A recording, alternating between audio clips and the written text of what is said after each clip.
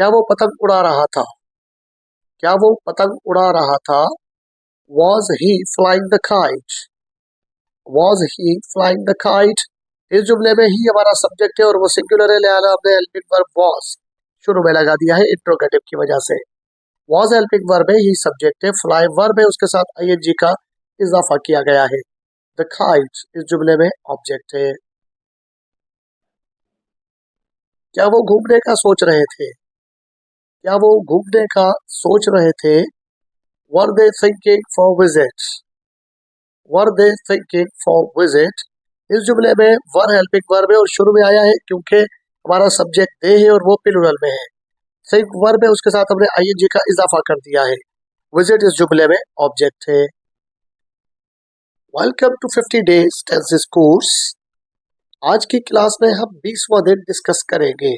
आज हम 20वें दिन में पढ़ेंगे पास्ट कंटिन्यूअस टेंस और पास्ट कंटिन्यूअस के आज हम सीखेंगे इंट्रोगेटिव सेंटेंसेस। इंट्रोगेटिव सेंटेंसेस क्या होते हैं, इन्हें कैसे बनाते हैं, इनका स्ट्रक्चर फार्मूला क्या है, ये सब हम आज इसी वीडियो में कवर करेंगे। वीडियो के एंड पे आपको एक एक्सरसाइज भी दी जाएगी जिसमें आप जुमले घर बैठ के इंग्लिश में बना सकते हैं और मुझे उसके जवाब कमेंट बॉक्स में बता सकते हैं। साथ साथ इस वीडियो के डिस्क्रिप्शन बॉक्स में एक लिंक दिया गया है, क्लिक करके उस व्हाट्सएप चैनल को ज्वाइन कर लीजिए ताकि इंग्लिश के बारे में फौरी और बर वक्त इंफॉर्मेशन आपको मिल सके। ऐसे जुमले जिसमें रहा था, रही थी, रहे थे का लफ्ज सवालिया जुमले के साथ आए वो पास्ट कंटिन्यूअस इंट्रोगेटिव कहलाते हैं।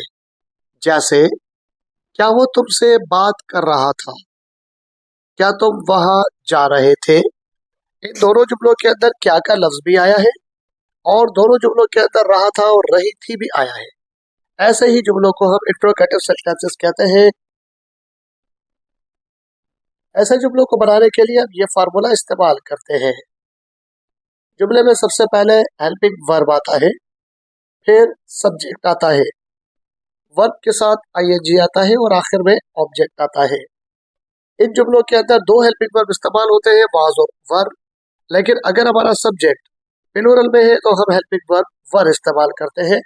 पहले हम इसी के जुमले सीखते हैं। जैसे क्या तुम मेरी बात सुन रहे थे? Were you listening to me? इस जुमले में वर हमारा हेल्पिंग वर्ब है और वो शुरू में आया है और वो इसलिए आया है क्योंकि यू हमारा सब्जेक्ट है और वो प्लूरल में है।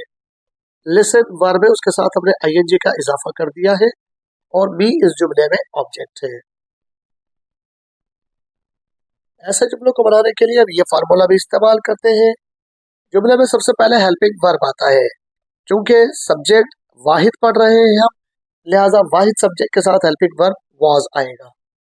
तो जुमले में सबसे पहले आप वाज लगाएंगे यानी हेल्पिंग वर्ब लगाएंगे, फिर सब्जेक्ट आएगा, वर्ब के साथ आईएनजी आएगा और आखिर में ऑब्जेक्ट आएगा। जैसे क्या वो कार चला रहा था? Was he driving the car? इस जुमले में हमारा हेल्पिंग वर्ब was शुरू में आ गया है, ही बतौर सब्जेक्ट आया है, ड्राइव वर्ब था, उसके साथ हमने आईएनजी का इजाफा किया है, द कार इस जुमले में ऑब्जेक्ट है। क्या तुम मुझे एक मेल कर रहे थे? क्या तुम मुझे एक मेल कर रहे थे? Were you sending me a mail? Were you sending me a mail? इस जुमले में हमने हेल्पिंग वर्ब वर शुरू में रखा है प्लूरल के तौर पे क्योंकि हमारा सब्जेक्ट यू है। सेंड वर्ब था, उसके साथ हमने आईएनजी का इजाफा कर दिया है, मी इस जुमले में ऑब्जेक्ट है। क्या तुम फुटबॉल खेल रहे थे?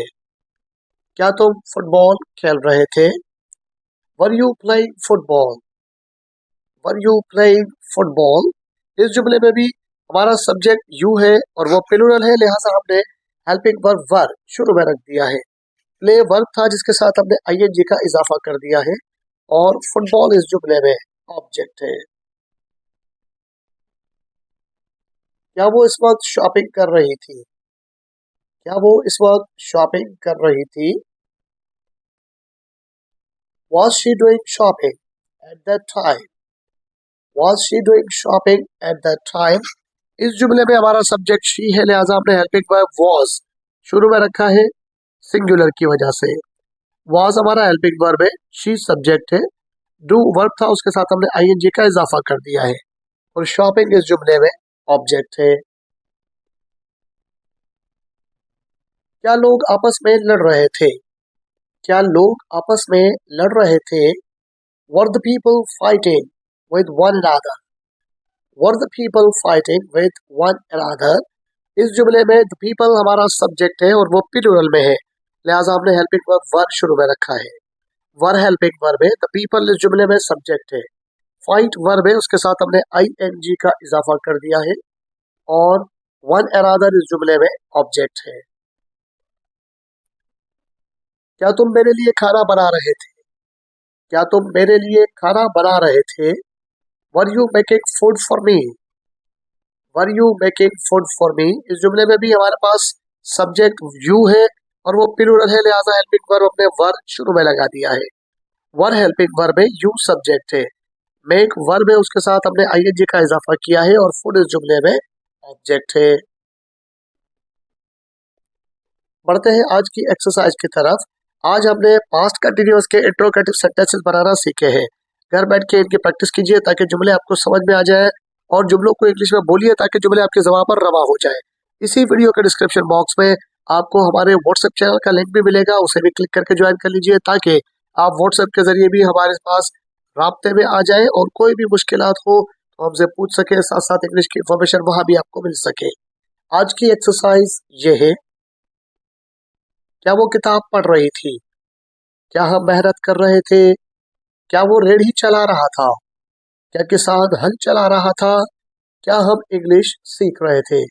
इन जुमलों के इंग्लिश ट्रांसलेशन आप मुझे कमेंट बॉक्स में बता सकते हैं। घर बैठे और फ्री में इंग्लिश सीखने के लिए चैनल को सब्सक्राइब जरूर कर लीजिए, वीडियो को लाइक करके दोस्तों में शेयर कर दीजिए और इन जुमलों के इंग्लिश ट्रांसलेशन मुझे कमेंट बॉक्स में बताइएगा।